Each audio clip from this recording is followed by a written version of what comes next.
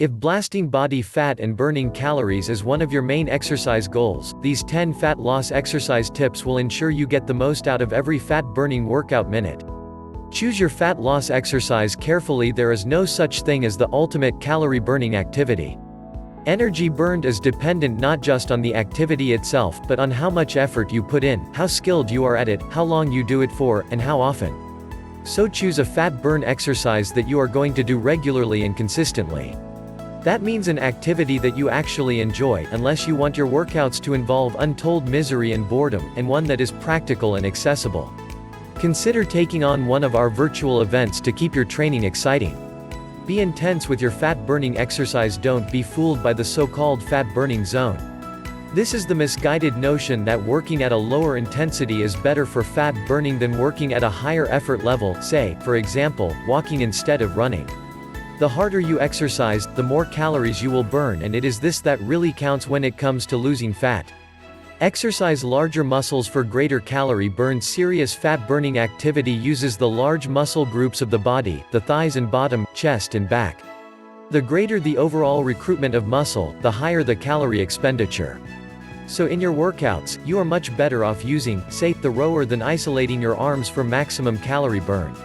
Sustainable exercise development. To fire up the calorie furnace, fat-burning activity has to be sustainable for a reasonable period.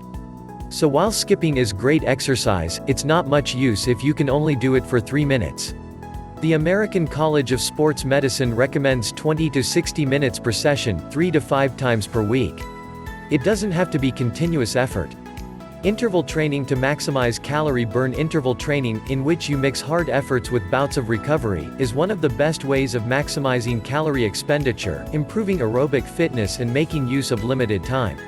To get the most out of an interval session, ensure that you work outside the comfort zone on the efforts and ease right off during the recoveries. Try a 2-to-2 rest-work ratio to start with.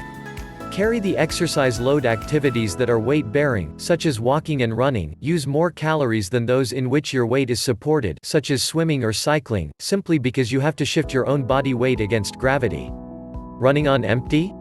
You may have heard that exercising on an empty stomach in the morning burns more fat. It is true that the body has to rely on fat stores if you don't break the overnight fast, but then again, the lack of a ready energy supply may mean that you don't work out for as long, or as hard as you may have otherwise done. Go for the afterburn. One of the best things about exercise is that the fat-burning benefits continue long after you've got out the shower. This afterburn, increased calorie expenditure, is far greater following exercise at 75% of maximum heart rate, or higher, another reason to eschew those low-intensity workouts. Increase exercise intensity. If you want to keep seeing results in your fat-burning program, you must keep increasing the intensity. This isn't the same as increasing your effort, because as you get fitter, your body will be able to cope with increasing demands. If you rest on your laurels, the benefits will begin to tail off. Keep moving to burn fat. Maximize your daily fat burning by moving. Researchers at the Mayo Clinic have found that leaner people tend to stand and move more than overweight people in normal daily life. Their non-exercise activity thermogenesis (NEAT) was as much as 350 calories higher each day. So don't just sit there, wiggle your toes, shake a leg, get up regularly and move your body.